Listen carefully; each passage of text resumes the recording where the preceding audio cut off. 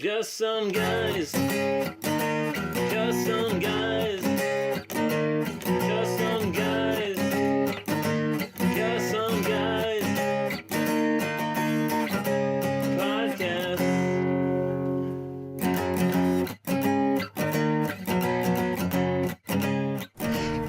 Hello, everybody. Welcome to the Just Some Guys podcast. I'm Matt, and my co-host is that son of a bitch Brody. He's always late. Say something, Brody. Oh, that's me. I'm late. And today, and today we have a guest. Hey, guest, say words. What's going on, everybody? Lots of words. Lots of words from our guest. His name is Derek. I know him from my army job that I do sometimes. He is also he also does an army job, and yeah, that's how we know each other. That's right.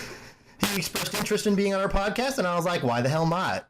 You know, more people that learn about us, the better. Even if all of our fans have to be guests first, I'm willing to do that because we need people to listen to this podcast. Isn't that right, Brody? All of our guests, every single one, will be fans after they are on our show because we treat them like royalty. Did you get the package, Derek? Oh yeah, I got the whole flower basket and everything's great. Oh, I sent the wrong package. So, hey, this is topical. As of recording this podcast, I guess last night, some kind of like active shooter situation happened in Las Vegas at like some kind of country concert. Have you heard of this? Have you seen this? Have you heard this? Have you seen this? That's what I said. Good job repeating me. Good job repeating me. How old are you? 300? I was like, are you gonna give me the correct age right now? I started to, and then I couldn't bring myself to do it. Yeah, no, I saw that, and it was it's crazy, man. Like, I guess 58 people have died now. 58? Over 200 people were injured. Are they still dying to this moment? You said now. Well, I think so. I think there's still people in the hospital that are in critical care, so they could still have more deaths. Now, what did they use to shoot? Because I got one thing that says from Euro News that there was at least 58 dead, more than 500 hurt. Like, they using a machine gun? Well, have you seen any of the videos? No. Yes. I've seen a couple of the videos, and a lot of them, it sounds like it's fully automatic. But it doesn't sound like an AR-15. I have a lot of experience with 5.56 shit. Right. I mean, and it does not sound like that. 500 hurt? Did they really get 500 rounds out of a rifle? So, from what I understand, and this is what I saw this morning on the news, they don't know what kind of weapon it was. It for sure sounds fully automatic to me. The guy had a hotel room overlooking the concert in Las Vegas, and if you've been to a hotel in the last 30 years, if you have a hotel that's over so many stories, they don't have windows that open because people will just go in there and kill themselves. Or that's like the number one. Yes. That's like the number one thing that people do in hotels. Yeah. Just go, hey, are the windows on the 13th floor open? They are. What a coincidence. That was my only goal of this visit. So this guy blew out 2 windows with the guns, I'm assuming. And from, I mean, I don't want to speculate. I don't want to whatever. Speculate away, man. We're speculating stupid assholes. Just make up a story. Just make it all up. He had a bazooka. From what I understand, he had hand grenades, landmines. He drove a tank out of the basement. No, he straight the concert at F-16. Whatever it was, it was fully automatic, and it had a pretty sizable clip in it because clip. Excuse me, sir. I'm sorry, a magazine. Oh, you call yourself an outdoorsman. Dude, he had a 30 magazine clip. What caliber was the clip? It's a 20 caliber magazine clip. Oh, okay. Now I have the gun exactly as it is, you know. No, but they from what it sounded like he was shooting off at least 50 to 60 rounds in between stopping and either reloading or going to the other window and grabbing a separate gun. That would take like drums of ammunition out of an assault rifle. Otherwise, he would have to have a machine gun that's belt fed. Like That's what I where's he gonna see. get that from? That's what I was thinking exactly. And when you shoot, how many rounds did they say were shot? They didn't say, but They from said the over videos, 500 were hurt. yeah. So I mean, this guy was up there for a while. I mean, Yeah, unless he was just into the crowd. and if he did have a belt-fed machine gun, was he swapping barrels? I don't see, like, after 500 rounds, that barrel gets pretty hot. Hell yeah, Well, because even our belts only have, what, 200, I think is a long belt.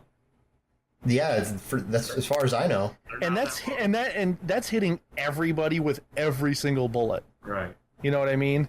Yeah. But he, from what I saw in the news, it looked like he busted out 2 windows. So they're thinking that he shot out of one window, reloaded, went to another gun, shot out of that window, reloaded, went to a different gun in the other window, and just went back and forth, and was just lighting people up the whole time. I'm looking at a story right now from naturalnews.com. Never heard of it, so take this news with a grain of salt. It says dozens of concert goers reported the presence of multiple shooters. It says, although law enforcement says there was only one shooter, multiple witnesses are openly reporting the presence of multiple shooters.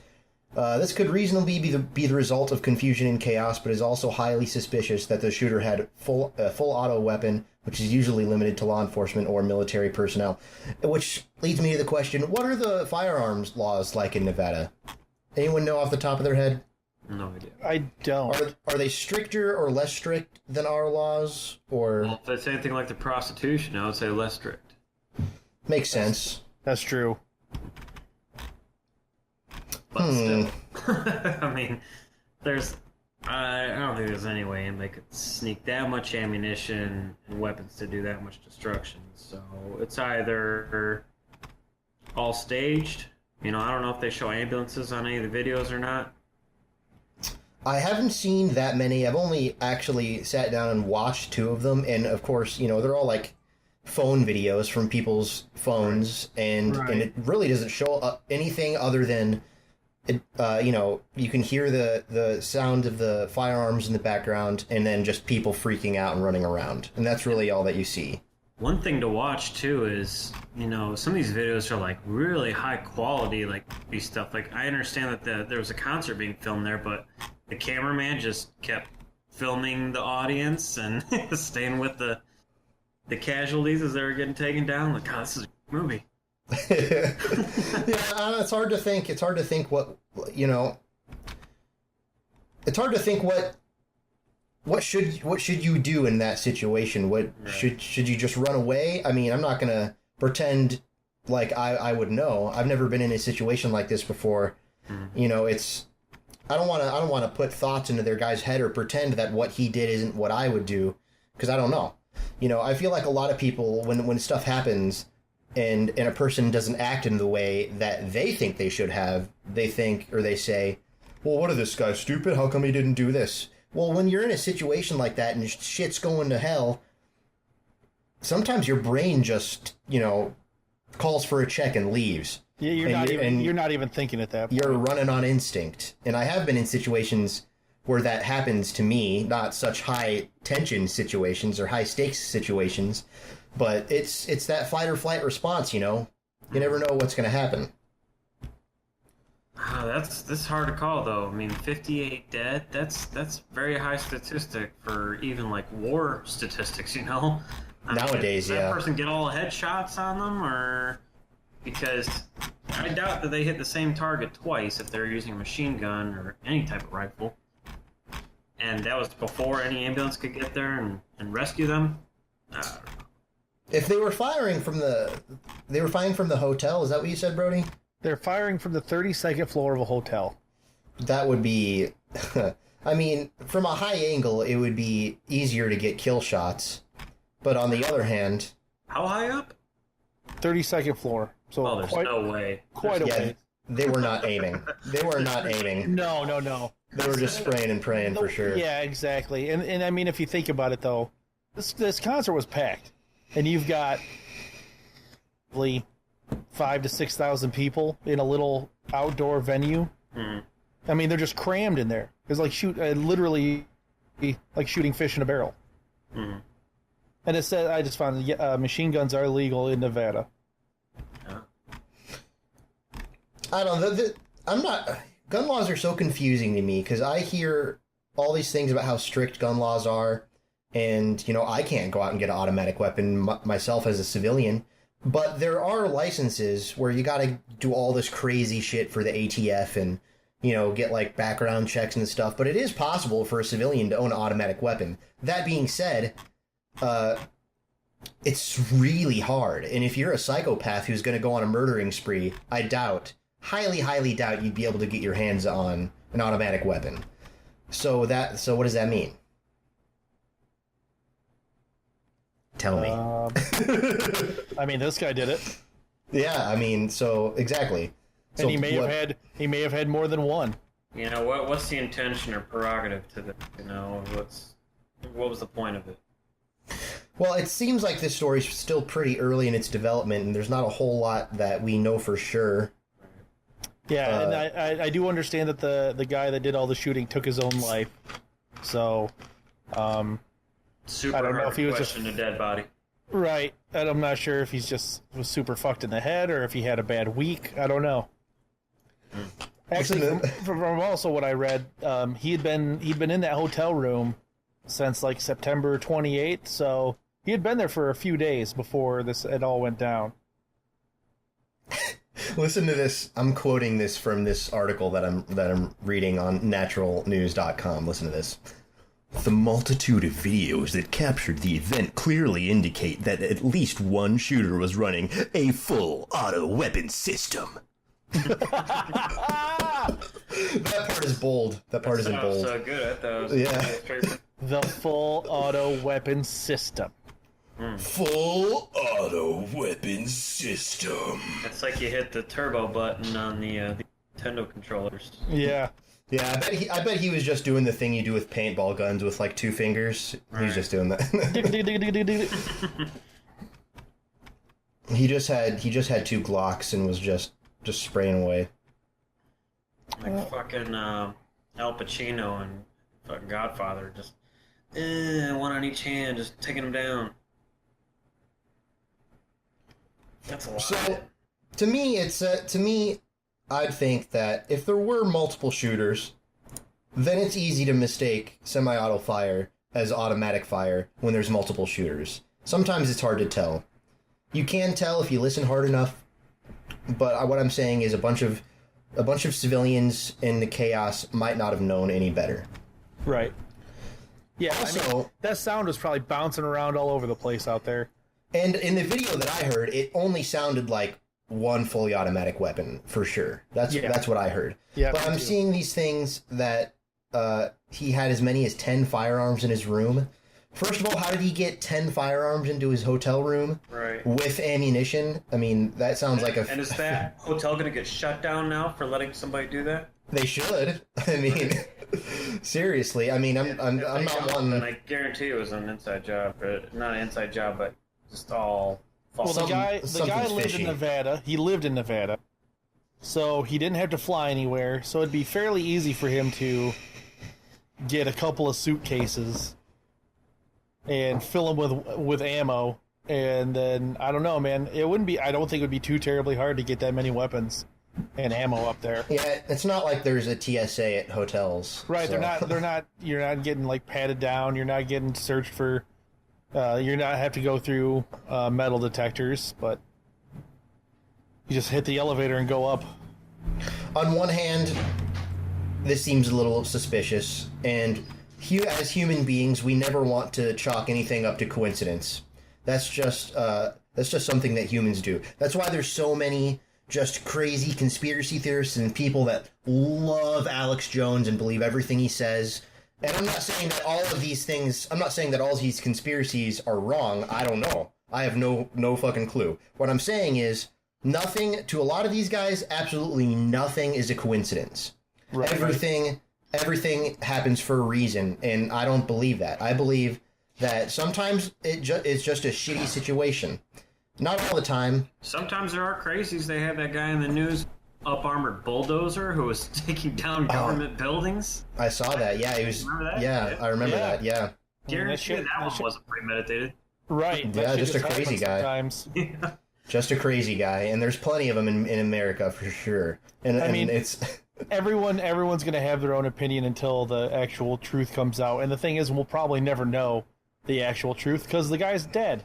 we for sure will never know the real truth. Like, I mean, I already heard someone on the right was like, oh, he was for sure a leftist and a Hillary supporter because he shot up a bunch of white people at a country concert. And who hates white people who love country, who probably all voted for Donald Trump? The left. Antifa. It was Antifa confirmed.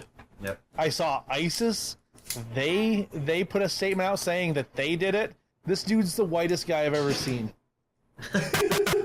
Look, that is racist. There are white terrorists. Yeah, I'm seeing. Oh no. Yeah, there's or whatever. Yeah, there's white terrorists, but I mean, just chilling in Nevada.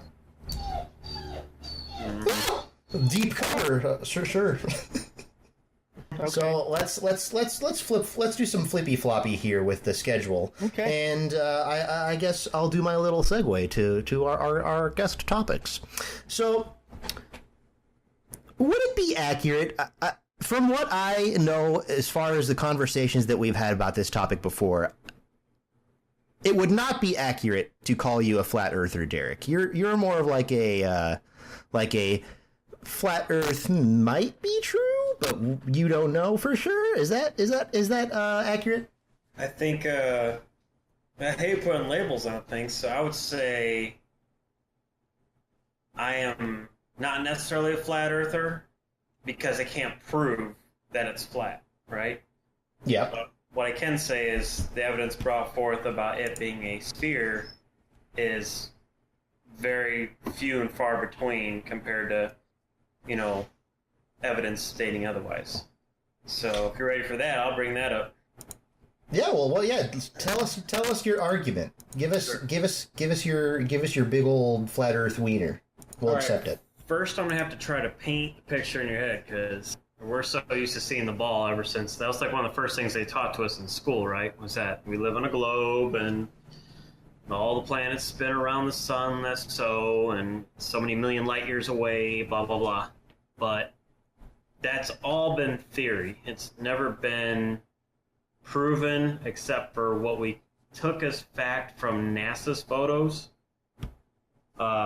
So the image that was known before NASA came around was that the Earth was flat.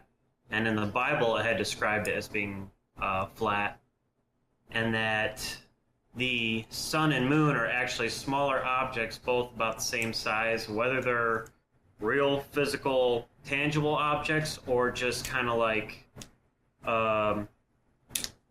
the end of a force of energy, like the end of a light beam or the end of a electrical wire of some kind, right?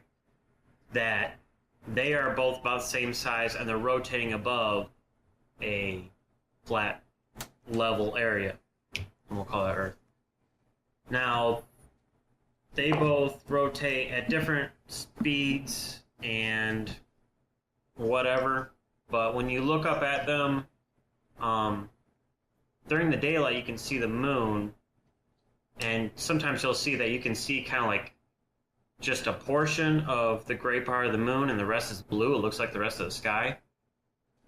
So it's hard to say that, in our daylight, that the moon's not 100% physical if we can't see the whole thing during our daylight. Let's see, where do I go? It's better if you fire off questions, sir, but if you just take the Earth and turn it into a dinner plate, and the middle of the dinner plate would be the North Pole, right? And the outside perimeter of the plate would all be the South Pole. So you could kind of call it like the South Pole ring. As far as magnetically, that's what it would be. And then all the continents and everything are laid flat to that. So, go ahead. I'll let you guys go with the question from there. Now I got a picture going. if I could begin here. Please. First, I would like to say that I'm not going to argue with you that much. To me, this is me just hearing your theories and your opinions and stuff. But I do have a couple of questions because we've had a podcast on this topic before, and our extremely minute audience knows where Brody and myself stand on this. Mm-hmm. But there is a question that I've been wanting to ask someone. Okay. And we talked about it on the episode that we did that we already did on Flat Earth, Brody. Maybe you remember. What's the motivation? What's the motive behind this global conspiracy? What's the motive behind them trying to get us to believe the Earth is a globe instead of being flat? That's what I can't wrap my mind around.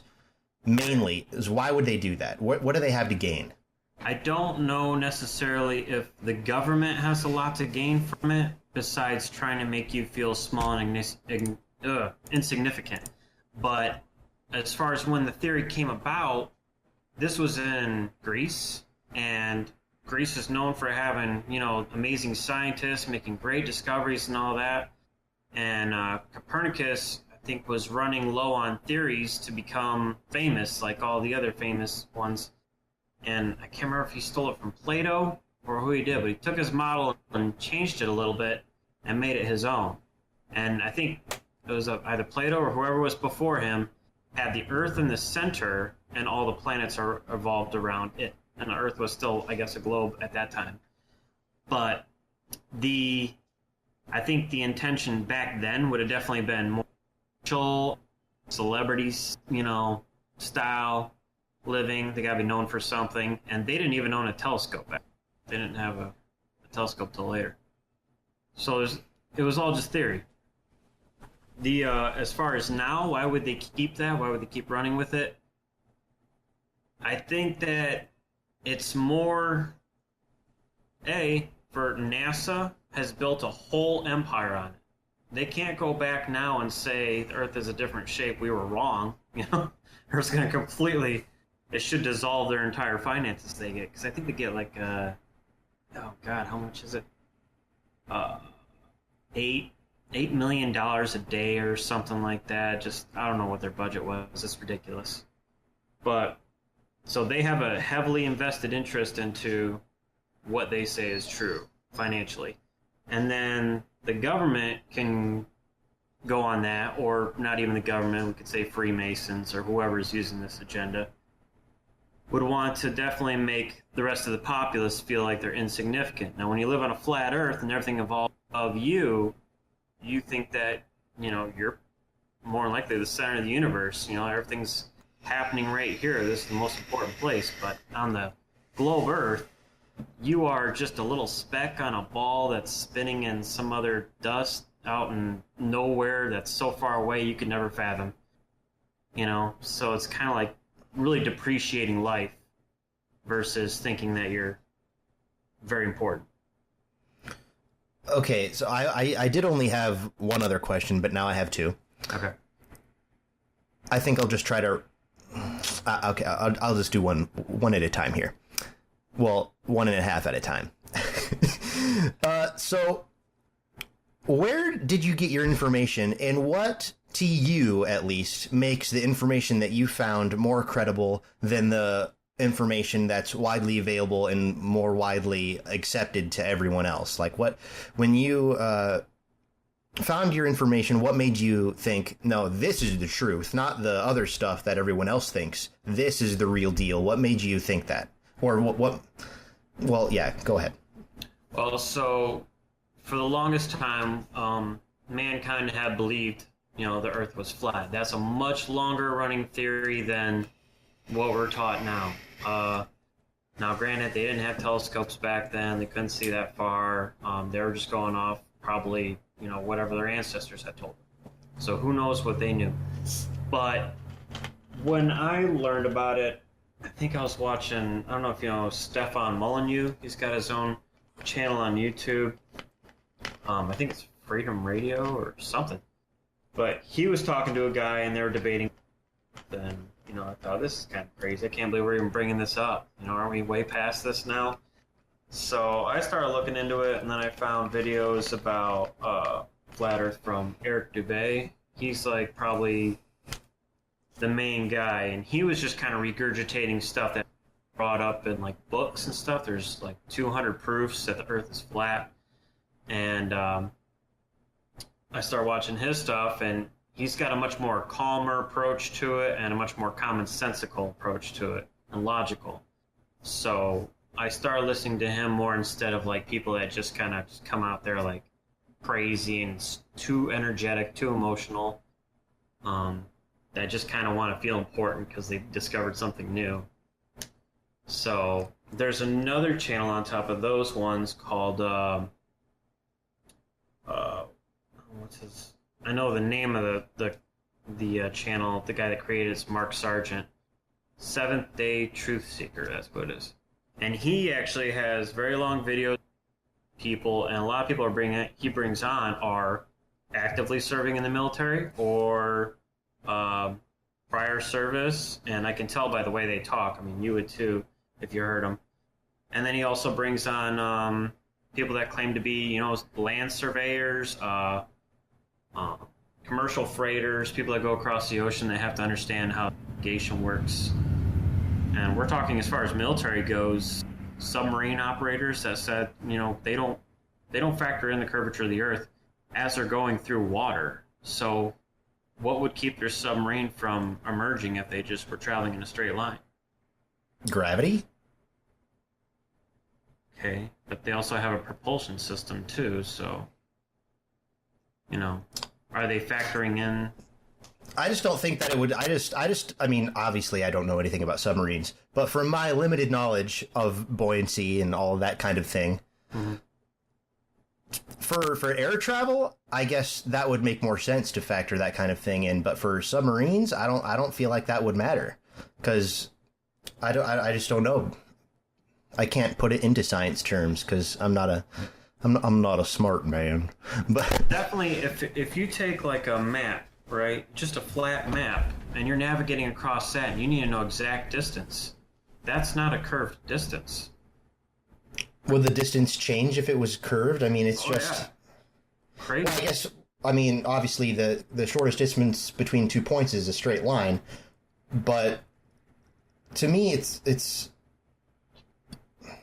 I can't, the things in my head, I can't speak them, because they're too complicated. All right, well, let's step it down a bit. You brought up Earth. So the Earth is supposed to be rotating. That's the way we're taught our solar system works. The Earth is rotating. Now, when a plane takes off, is the Earth rotating underneath it? Yeah. Yeah? So the Earth is rotating, and the plane now has to compensate for where the landing strip's going to be, because... telling you, most pilots are they got a straight vector. They're going one certain direction, and that's it. But now, if you're going to factor in the planet is rotating below them as they're flying, they would have to try to land on a land strip that's rotating underneath them. But that's the reason that we don't perceive the Earth as moving, because we're on it. That's the way centrifugal force works. I feel like since we're on the planet and we're so our gravity and our forces are so minute compared to the planet that it's something that we, especially like with what you were saying about planes taking off and having to.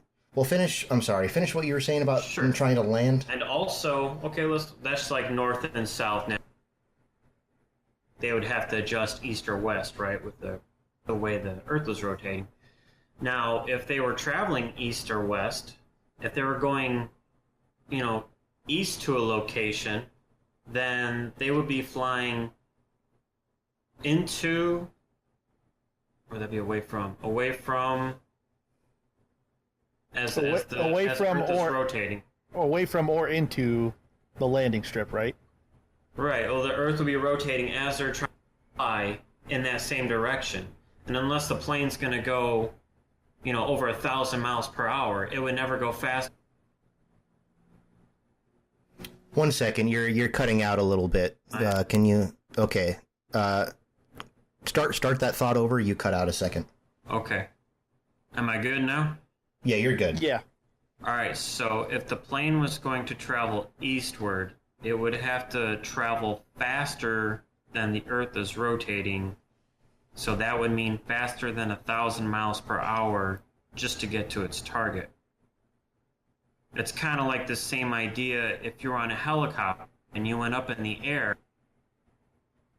If you came straight down, would you land in the same spot, or would the Earth have rotated below you?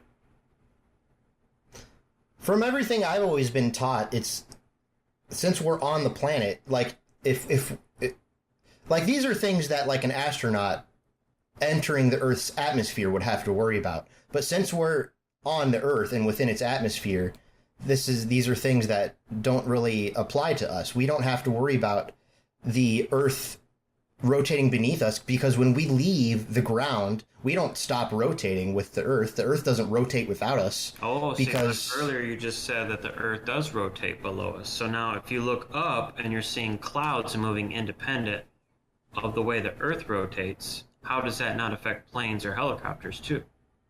well, the clouds, that's like the weather pattern. That the clouds don't have any effect on what the Earth rotation doesn't have that kind of effect on the clouds. How can we look at the clouds and make determinations about whether or how the Earth is rotating? But if the Earth is rotating and it's bringing the plane or helicopter with it, wouldn't it also bring the clouds with it? No, because the clouds move because the clouds are moving because of wind. If you look at a cloud and there's absolutely no wind, the cloud won't move. The only reason a cloud moves is because of wind. There's other forces at work there, and I didn't want this to devolve into an argument. I'm not at all. I'm cool. Well, I don't mean a heated argument. I think we're having a civil discussion. But what I want to say is, No, I'm angry. what I want to say is, although I disagree, and like you said, I know you're kind of on the fence. You don't agree or disagree, but I like how open-minded you are. And I like that we're able to sit down and have a conversation like this and just kind of talk to each other, because when it comes right down to us, no one on this podcast is a scientist. No one has any fucking clue what we're talking about, right? And so I think that's kind of a problem in America today, and people being able to have civilized discussions with each other. And even though I disagree with you, I'm still listening to you. And maybe you'll change my mind. I don't know. And that's not to say that things that you've brought up so far, they've made me think. I've gone, oh, okay, I can understand and see where people would think that. I think the problem with the whole, especially in the last year or couple years, with people coming out as quote unquote flat earthers. How aggressive they are about it. Well, not only that, but it's usually from what I've seen, it's most of the people that they interview have been like athletes. And these guys are just like, the Earth is rocks. flat. Right. And someone's like, well, why do you think that? And they're just like, because I think that. And that's it. Yeah. They look out the window, and because they can't see the curvature of the Earth, it must be flat. Right. Oh, is that the moon in the sky? What? But you've actually come with some like plausible questions about and ideas about why or how the Earth could be flat, and they do make sense. I've got plenty more for you if you want. I can give you a couple more. Before we continue, I just want to let people know I don't have that big a background with Derek.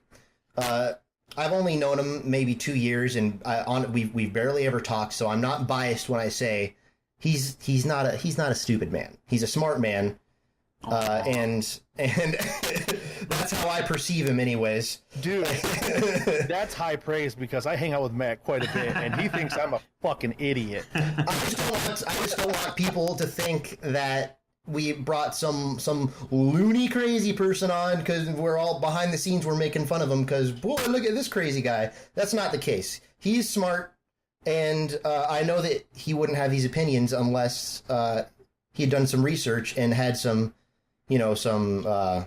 interesting things to say to maybe sway us, or at least make us think about what we believe. And I'm not trying to make a business of it. I'm not starting a YouTube channel or anything.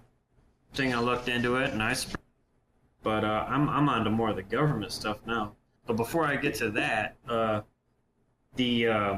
as far as flat Earth, the one thing that keeps the ball Earth model together is the force of gravity, and without that, you got nothing. So, gravity has never been reproduced in any lab test ever. The only thing we already have two forces at work that create so-called gravity, and that's density and buoyancy, like you brought up with the submarine. Besides that, an object that is more dense than what is below it is going to fall through it. I don't know. I just feel like I don't understand how you could do tests with gravity unless you are outside of the effect of the Earth's gravity, and that's impossible on Earth. Like, you can't make a gravity vacuum and suck out all the gravity, where everything on Earth is under the effect of gravity. And I understand what you're saying is, if everything is under the effect of gravity, maybe this isn't what you're saying, but if everything is under the effect of gravity, then that's like, how do we know the air is there? Oh, because we breathe it? It's one of those things that's always there. It's hard to prove against it because it's just so ingrained in But it's also density and buoyancy. You look at I guess I don't understand. Here because the same reason as density and buoyancy. It's more dense than the gas that's above it. But, Brody, a little help here. Oh, dude, I got nothing on that. Well, it's just like, I think I'm just bad at talking. I'm thinking of, in my mind, it makes sense. The flat or the globe Earth model, everything makes sense. And my mind is like, no, you can't. That's not true because of this. But I'm so bad at talking, I just can't say the why words. It's so hard for people to even open up their mind to it. Is like I said, Because we've been taught it our whole lives. It was ingrained in elementary school, bro. Right. And it's what we were taught. It's plastered all over the TV. Anytime a brand new movie's on, you see the globe spinning, and Universal Studios and all that stuff. And that's all we're taught. And NASA, even at my kids' school, when I go there, they're all doing autobiography. NASA, astronauts, NASA. And it's like, why are we glamorizing that so much when we have only their word as what we would consider fact. And that's not a good way to prove any scientific theory. No, I agree with that 100%. I equate it to almost like the reason we call a hat, or the reason we call a tree, it's because someone called it a tree millions of years ago, and we've just understood that it's, that's a tree, and that's a hat, and that's a table. If we wiped everybody's memory on Earth to a blank slate, and then we were retaught that the Earth was flat, and then someone came out and said, no, I went to space and I saw it, it's a globe, people would think that person was out of their mind. It's very well put. I think when it comes down to it,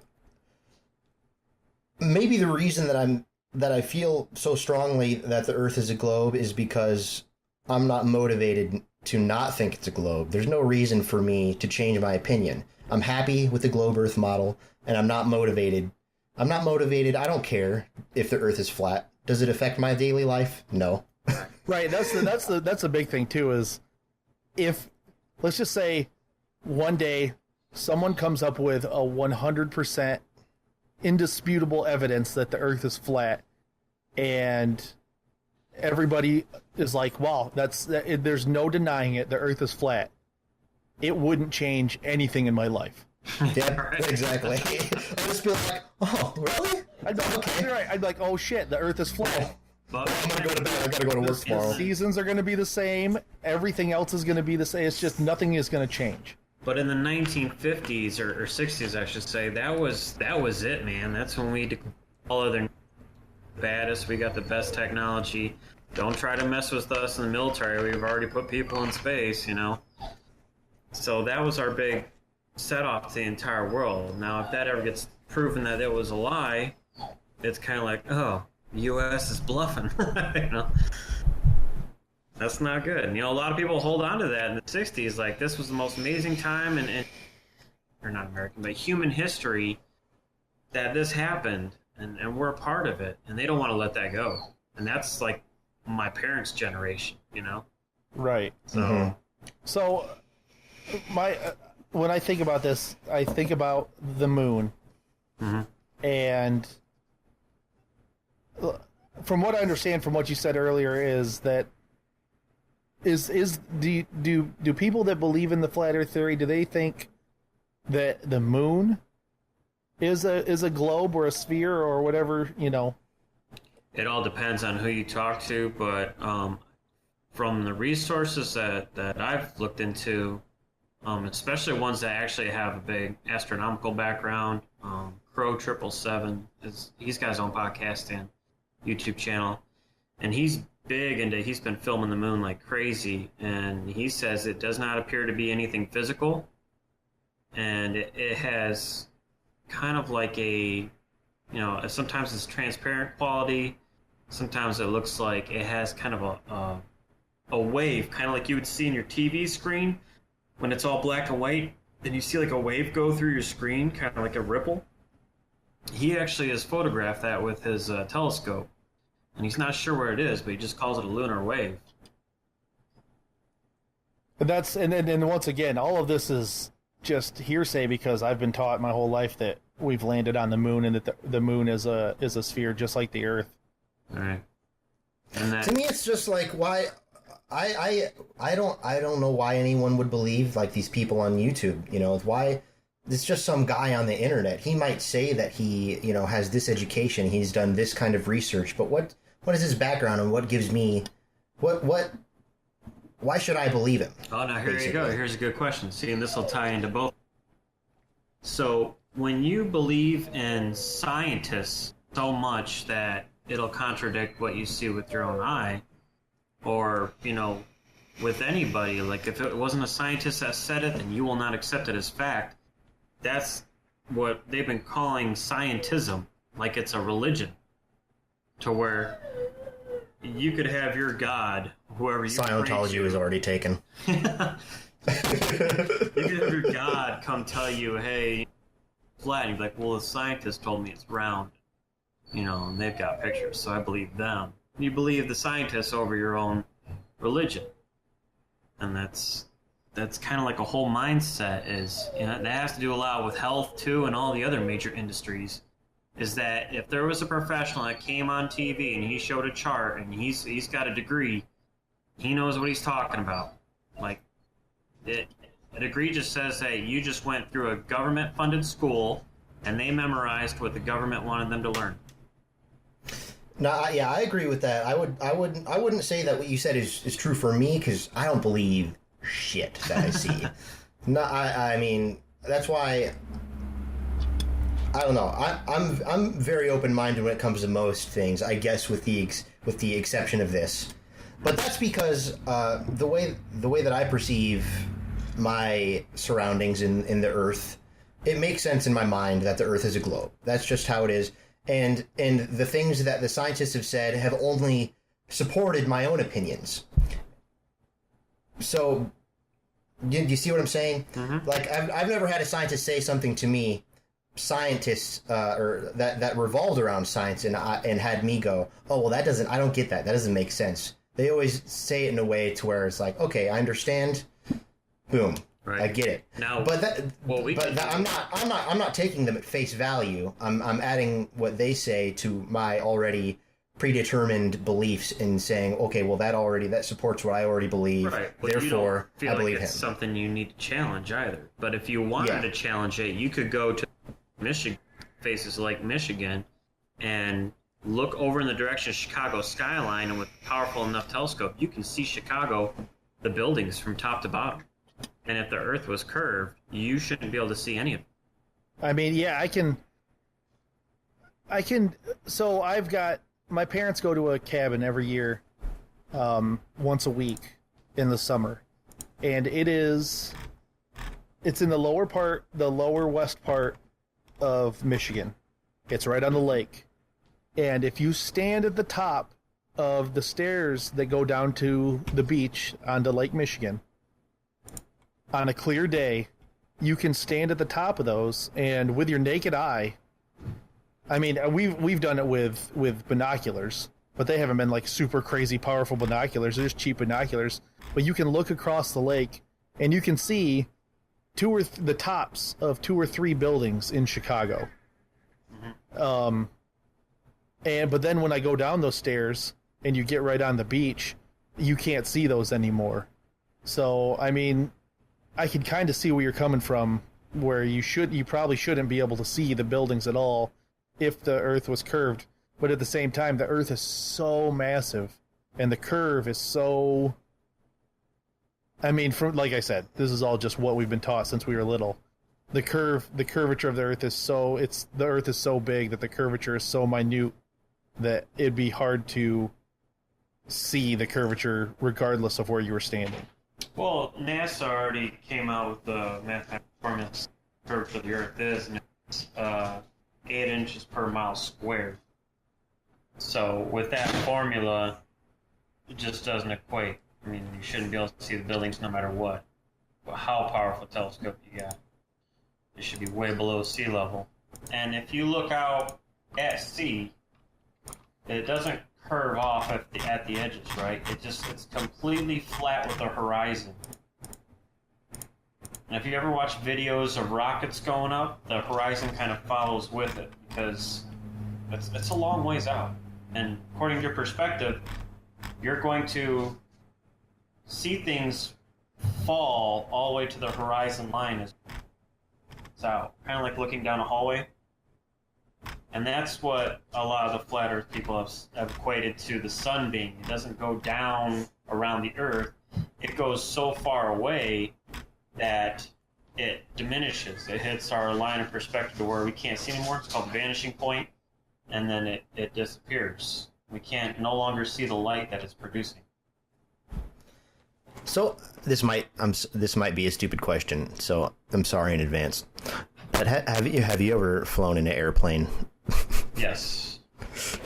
And that doesn't you don't see a curve there? Or what's the deal with that? I've never seen a curve in an airplane. I guess I don't know. I see a curve. You've seen a curve from an airplane? Yeah, for sure. Yeah. If you can pull up one video that's Sorry, you cut out again. Oh, sorry. If you can see or show one video from any airplane ride, whatever, showing the curve to the Earth, I'm impressed. Because Mythbusters tried to do it too. Like, there's been a lot of people coming out against this movement. Even Obama was bringing it up in a couple of his speeches. You know, if it's not a big deal, why are people bringing it up? But Mythbusters flew up in a plane of, I forget how many thousands of feet. I don't know if it was 80,000 or what. Very high up, very far above the clouds. Claimed they could see the curve, but as the camera was pointed towards the person talking, you can see a complete flat horizon behind them. And the way that people are getting confused is when you have a fisheye lens and you're going up there, as you move, your horizon line is going to bow like a bowl, and it's also going to bow out like a ball. So that's one thing to look for. You got to make sure that the lens isn't tricking you out. Well, I mean, I can't count on videos because a lot of things are. Videos can be changed just like anything else. But I mean, I don't know. I just maybe it's the fact that I'm predetermined to see it because that's the way my mind is. Mm-hmm. But I swear all the times I've been in an airplane, I can see the curve. It might be very slight, and like I said, it could just be my mind playing tricks on me because I already believe it. But or if I just wonder. Distance, you should see clouds curving downward. You know. Have you ever considered? I mean, maybe you're not so invested in it, but I just wonder, what if you got like a GoPro, or just some cheap camera, and got tied 1 million balloons to it, and just like sent it up. Oh, dude, people already have. Yeah, and I've seen it work in both ways, as proof of the globe and as proof of the flat Earth. So it's like, I don't, to me it's it just goes back to the fact that I don't believe anything I see, unless I see it with my own two eyes. Yeah. But anyways, I mean, we've been on this topic for a while. You wanted to talk about government shit? You want to switch topics? Sure. So we're talking about scientism. It's kind of like, you believe what the scientists say, that becomes your new belief. Well, on the other flip side of that is statism. And that's where people are so heavily invested in the government that no matter what the government says, they believe it to be true, or they have full faith in the government. Oh, that's dumb. Mm-hmm. I feel like we might be on the same page with this one. Now, there's so much of our history not taught in public schools. As you can imagine, it's government funded, so they're going to leave out all the juicy stuff. Oh yeah. What they're not telling you is during Abraham Lincoln's time in our country, he actually declared martial law when he wanted to, bring all the other states into the Union. He did it by force, obviously through the Civil War. But he declared martial law. It's called the Lieber Code. It's General Order number 100. And we know what general orders are being in the military, but in there it states, if it's property that didn't belong to the Union before, a Union soldier could come take it over and do what he wants with it, kind of deal. I mean, these were some pretty brutal tactics for a military unit to do, especially against its own people. Mm-hmm. And they can also, he suspended habeas corpus, so what that means is he could just imprison whoever he wanted to for as long, and the stipulation was if they swore their allegiance to the U.S. Constitution and the new federal government, then, that'd be a stipulation for them to get released. So really, he took over the country by force, and where we hear about the South, and the South was just fighting for slaves. The only people that needed slaves, corporations that were operating plantations. And the way the government was set up at that time was the more slaves you had, the more political power you had. I think slaves were 3/5.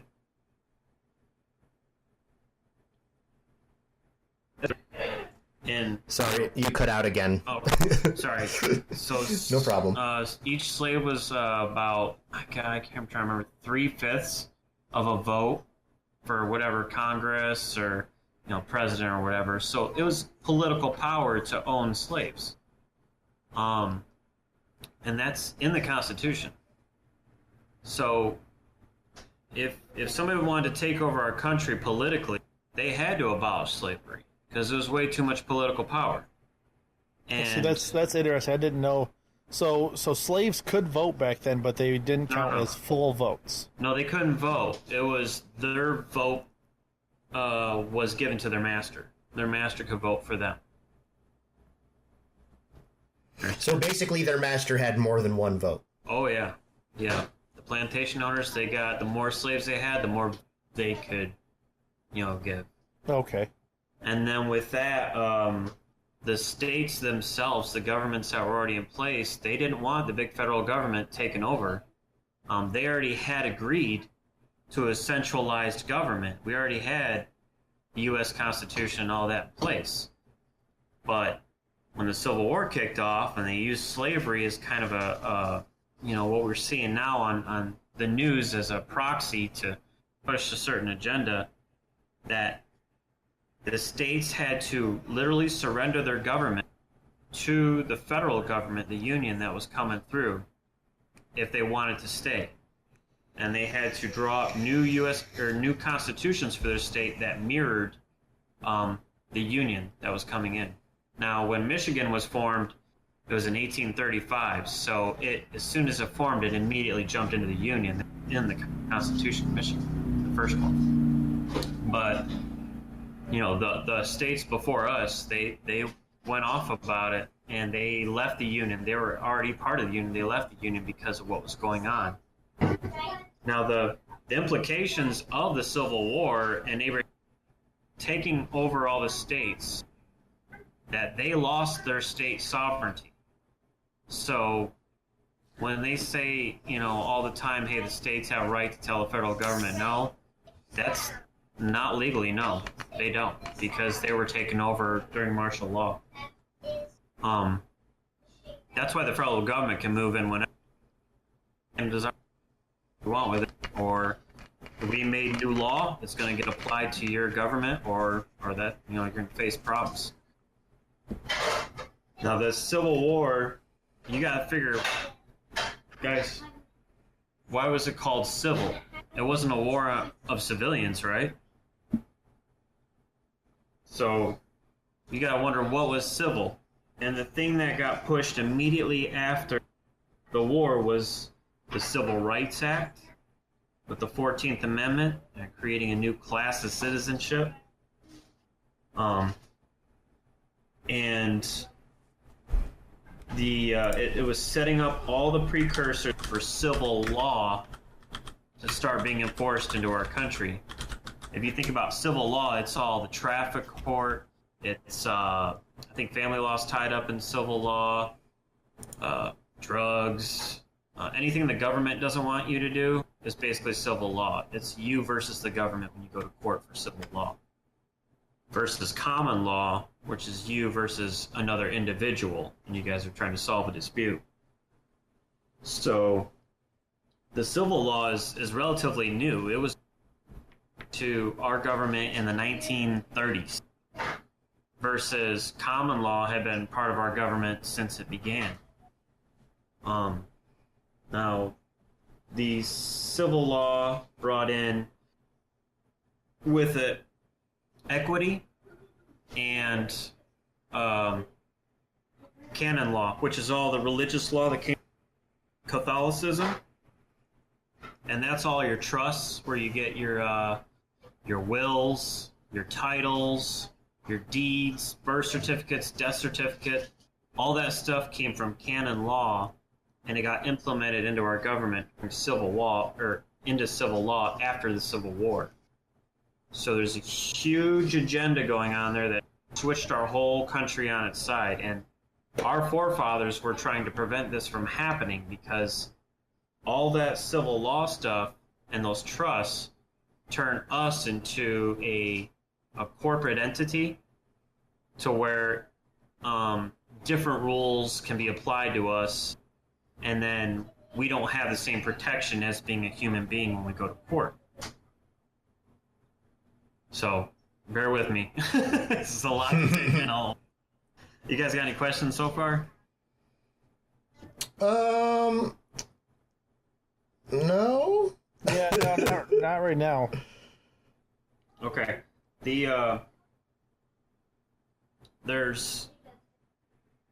I'm trying not to spin off too far, but I need to wrap things back up together. So you're saying, go back to what you were talking about with why did they call it the Civil War? That part confused me, because I always thought that a civil war was just a war between citizens of the same country. No. So I don't understand what you're talking about there. The citizens were fine with getting rid of slavery. Even the southern states were like, we don't want this. We already had it in most of their writings. They're like, we're getting rid of this, don't worry. But it was the corporations that wanted to keep it.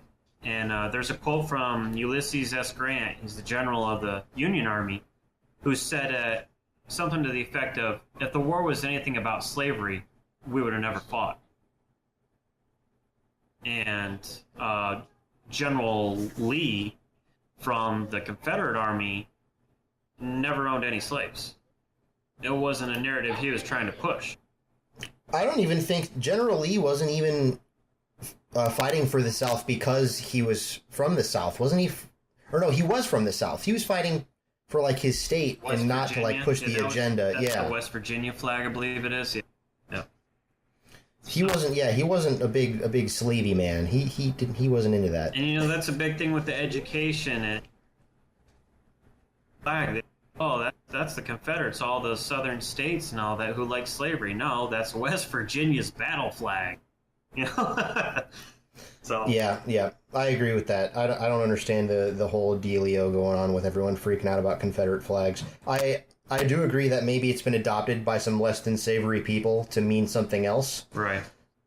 But that's not what it means, though. So it only means that to those stupid people. So Yep. lighten up, everyone. Now with that, when as soon as so as soon as Abraham Lincoln took over the states lost their sovereignty. In 1871, there was an act of Congress that created the Washington, D.C. that we have. That's a sovereign city-state. It's its own element that's separate from the rest of the government. It has its own constitution or its own power, everything. And that is tied to the Vatican over in Italy and also London Square over in England. And those three are all sovereign states that talk to each other, and that's where you get a lot of the dark art stuff starting to move into our country. Like the Freemasons, the Freemasons enough brings a lot of Egyptian dark secret society type of stuff. To where even Albert Pike, who was a Confederate general during the Civil War, he wrote like 3 books, and one of them he was saying that Freemasonry is about Luciferianism. They go through each of the major religions, they declare it or whatever, and they pretend they're acting under it, but at the same time, the oath they have to give is that they're swearing unallegiance to every other religion, and that they're all waiting to be illuminated first, the bringer of light, and all this stuff. So a lot of Freemasons don't even understand what they're getting into until they get really high up in their ranking. No, this isn't what I wanted. There's been a couple of them coming out about it. But that all started intertwining into our country in 1871. And then over in England, there was a Judicature Act. Oh my God, I'm going to get my years wrong. 1881 or something like that, something close to that. And that basically combined our common law with the equity law, and then that's when all the Catholic law got pushed into our government. And then we all got turned into legal entities. And like I said, all that civil law stuff started getting applied to us. And with that, the Bar Association became established in New York. Directly after that, it was like 1889, I want to say, or something like that. So if you have a bar member in the court, and there's supposed to be bar members who have to push the civil law in courts because they're trained for that. And they get training from it up in London. And so they're bringing all that Roman law into our court system. That's what our forefathers, when they first set up this country, vowed to keep out. They thought it was completely, against what they were doing. And our forefathers were from England, so they automatically hated Rome because they used to battle against Rome. Rome had all that civil law and all that papal law from the Roman Vatican and all that. And then when England separated, our guys that came over and colonized the United States, they brought over just the Protestant, Christian, and common law that they had from England, and were purposely keeping the Catholicism out of it. And they would not allow anybody who practiced Catholicism to be in the government. They could still practice their religion in the country, but they could not be in government, just to keep that out. No connection to Pope. So when Lincoln came along, Lincoln was, guess what? He was a bar member from London. So, of course, he wanted to bring his law in that he studied. So why wouldn't he want to call it the Civil War so he could implement his civil law? And then that just began our whole waterfall of the government we have now. Runaway legislation. Our entire judicial branch is pretty much annihilated. If you can go into court right now and find a judge who is not a bar member, good luck. So I think I agree with your overall point here. I do think that you're drawing some weird parallels that I don't know if I would draw those same parallels. Mm-hmm. Like with the whole Civil War and then this civil laws and stuff, that doesn't make a whole lot of sense to me. That seems like it's a little, I don't know, grasping at things that aren't there. I mean, granted, I didn't do all this research that you did. I'm just accepting this as well as I can. But I think I agree with you, but there was a lot that you threw at me there, at us. But I think I agree with you. I've always been kind of anti-government, which is kind of ironic, seeing as how I work for them. Right. But it's just, I don't understand how anyone could have faith in the government at this point. We've been around for too long. Mm-hmm. Well, I mean, and now all of our education systems are powered by this Common Core is directed from the Rockefeller Foundation. That's how it gets funded. Rockefeller started the oil industry, so they got their hands in the business, man. They're telling us what we need to know. And back then, and even nowadays, there are so many of these just obligatory and conflicting ideologies that, to me, don't mean anything. I'm kind of a nihilist. Mm-hmm. I'm kind of a pessimist, and I don't really think that a lot of shit matters. I'm not religious, and to me, it's like all of these like Freemasons and all of their motives and all of these different motives and stuff, and people who vie for power under the guise of some kind of you know what I'm saying, under the guise of some kind of like agenda. Mm-hmm. I think that is really overcomplicating things. I think at the base of it, some people just want to be powerful, mm-hmm. and they'll do what they can to achieve that. Right. Well, the secret society is more or less just a network of people who have abandoned certain beliefs, and now they feel self-empowered with their new network they belong to. And a lot of them don't do anything with it. It's just a club to belong to. People want to feel like they matter. Right. 100%. 100%. Oh, Brody, you're kind of quiet over there. Are you ignoring us? No, I've just been taking all this in. And I could go how, Charlemagne back in the 800s, he's the one that spread Catholicism through Europe and all that stuff. I'm not sure. I mean, all of that stuff to me is just, it's like Catholicism back there was less of a religion and more of a government. It was actually pretty much all government. Right. Like Catholicism ruled a huge portion of the world. Yes. And it was a ruling of fear. They used fear to control people. Mm-hmm. And they intertwined it in all of the beliefs that they imposed on people by force. Back then, I don't know, I have no idea what Catholicism is not like nowadays, but I assume it's a lot better than it used to be. Well, because, our government is, yeah, it pushes that more than it does common law. See, people don't realize that when you're in civil law and you don't go in there and declare yourself to be a human, living man, they're going to automatically start prosecuting you as if you are a corporation and you have zero rights. And when you plead to a court, you are begging for their authority. And as soon as you enter a plea, whether you say guilty or not guilty or innocent or whatever, it don't matter. You just gave that magistrate the power to say whatever he wants to and enact whatever judgment he wants on you. So don't enter a plea in civil law, ever. You gotta, a lot of people are so scared too. When I thought they're like, you can't talk like that to a judge or whatever. And it's like, that's just a man sitting in a higher chair than me, and he only gets authority once I succumb to his will. Other than that, he has nothing. Now, in common law, it's a lot different because you have another human being saying that you did something wrong to a human being, and it was criminal or whatever. You stole or you killed or whatever.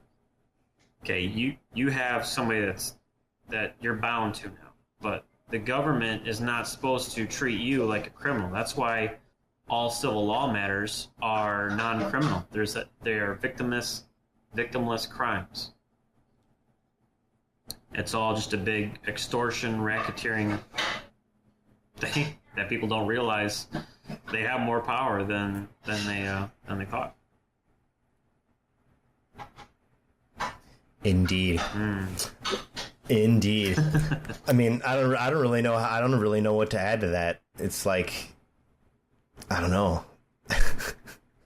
I'm in the middle of a legal battle right now, too. I had a damn code enforcement officer come on my property and start writing a ticket and declaring that I have to register certain vehicles and equipment on my property, and I told him, no, I'm not going to do that. I don't have to do that. It's my personal property, and it's going to stay where it's at. And they threatened that they're going to come haul it away at my expense if I don't comply. So I just had to file. I went through 2 informal hearings, which got nothing for me. So now I have an appeal hearing to try and get myself into a different court that I will be constitutionally protected under, because a lot of these magistrates and these judges, they have no sworn allegiance to the U.S. Constitution. You know, they make you swear an oath when you go in there, or swear that you're going to tell the whole truth, but they themselves, most of them don't have a sworn oath. I've already looked up the one judge in my county that has a sworn oath to the Constitution, both state and federal, and I haven't seen that person yet. So everybody else is not legally bound to protect you constitutionally. They can do whatever they want. Ugh. Government's fucked up, bro. That's the judicial branch, man. Annihilated. And if we don't fix our education system, it's gonna stay that way. You see, Uh-oh. I guess I've always had opinions that were close to this, not nearly as well thought out, I grant.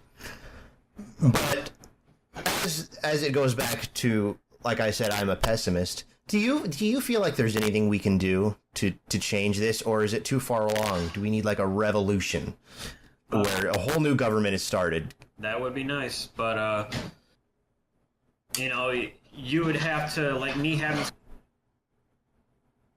I'm sorry, you're cutting out.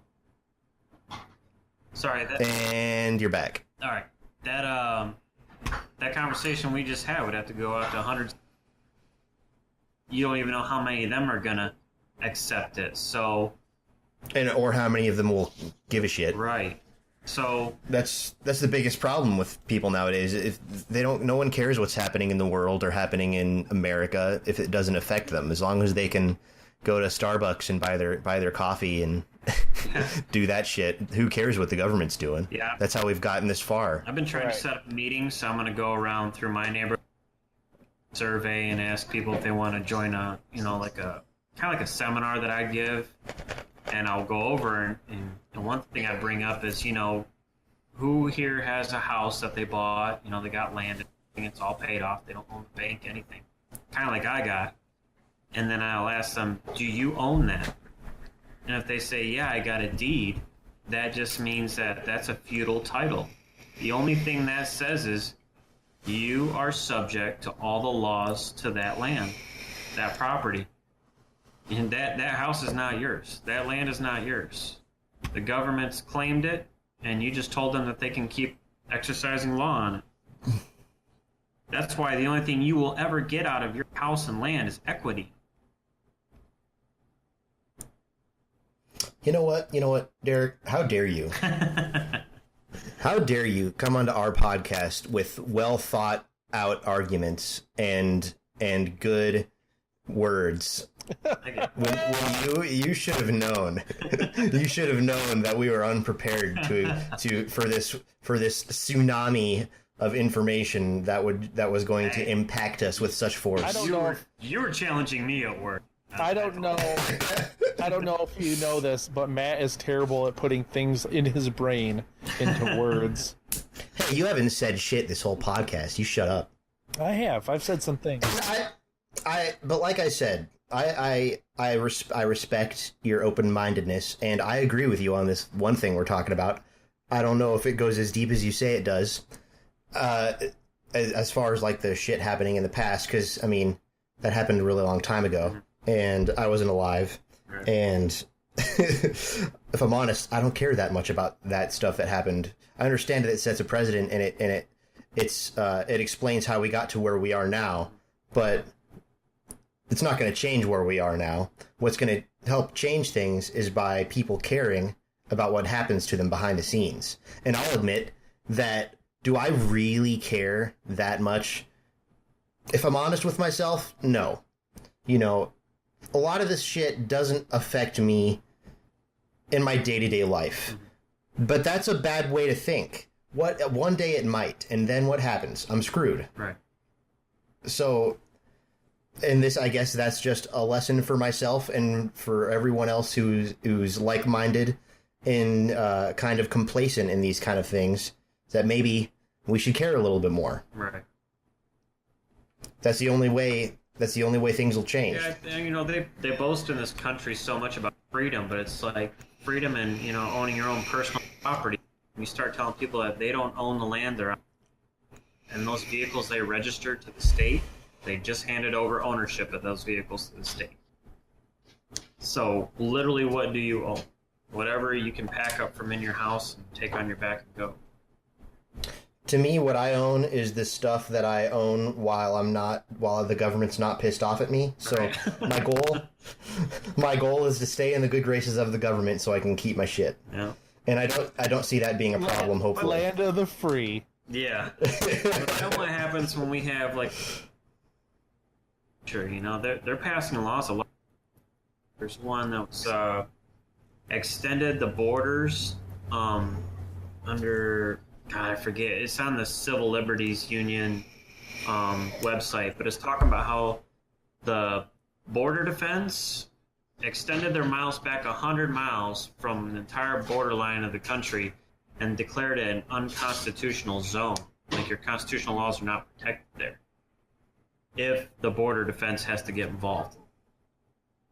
So as soon as they're involved, they have to come into your house, and they chose to search your house. You are not constitutionally protected if you're within those 100 miles. And that's like most of the population of our country lives along the coast.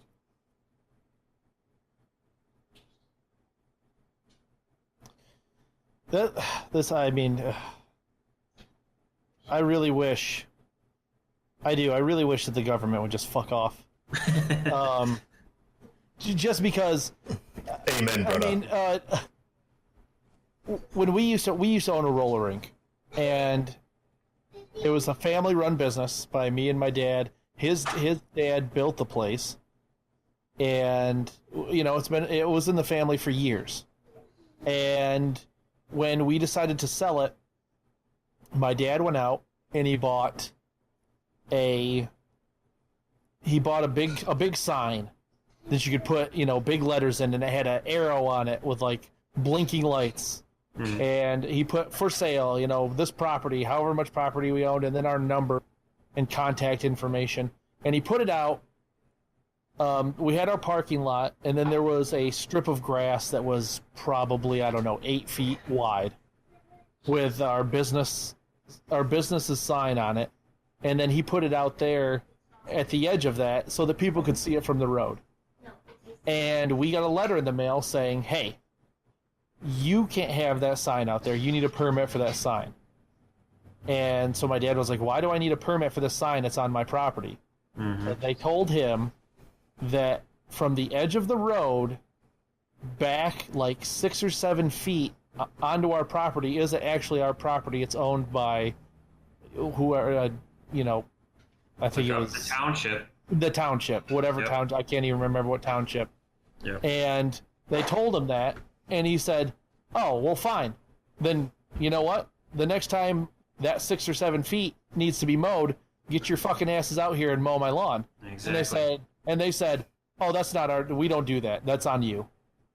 And if you don't do that, then we'll fine you for not keeping up your property. And it's like, oh, fuck off.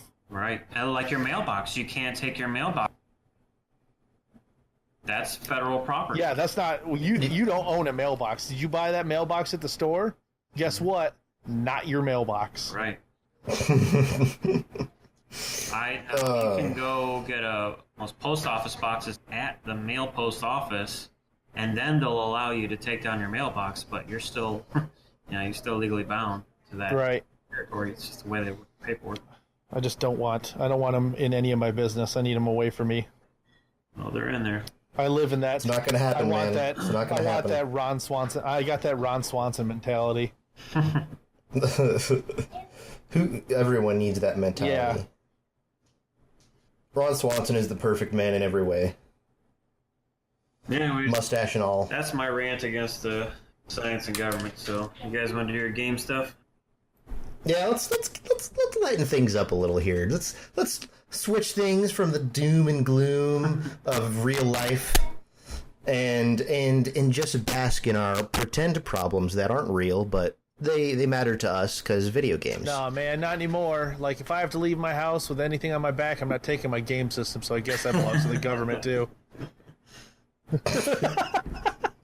Interstate commerce, because it was on the internet, right? Yeah, that's right. God damn it. All right, guys, let's just move before my kids burn down.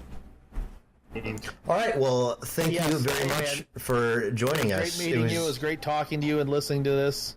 Oh, yeah, thanks for having me on, and if you ever have me, I'll get some more juicy conspiracy stuff to bring your way. Yeah, I think this went well. You're more than welcome to come back in a future episode. All right, appreciate it, guys. You guys take care. Have a good one. See ya. All right, you too. Bye.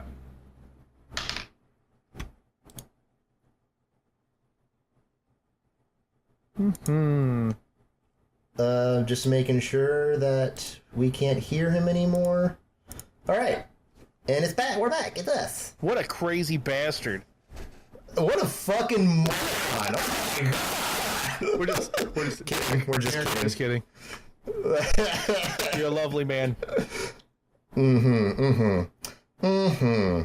That's, you see, I appreciate that. I do too. I really do. That someone that you can sit down with a different view than you, and has, obviously he's done extensive research. I'll listen to him talk all day, dude. You see, my hang up is, research. Can you really call it that when you just spend all your time on the internet? And I don't know that he does that, but where else? Where does he find it? I know I asked him that, and he cited a couple of YouTube channels, but I don't know. There are some things, I guess, that everyone is just going to believe, and there's nothing you can do to change their minds. And that's another problem with society today. But right. But anyways, I thought that went well. Yeah, and it was very interesting and very. It was nice to hear someone else's opinion on that stuff. Yeah, and I think someone that's not good. Screaming it in my face. Yeah, and just telling me like a human being. Right. Like, hey, here's what I think, and here's why I think it. And then I'm like, oh, well, thank you for telling me. You know what? Even though your opinion is different from mine, I don't think you're crazy. Why can't the world be more like us?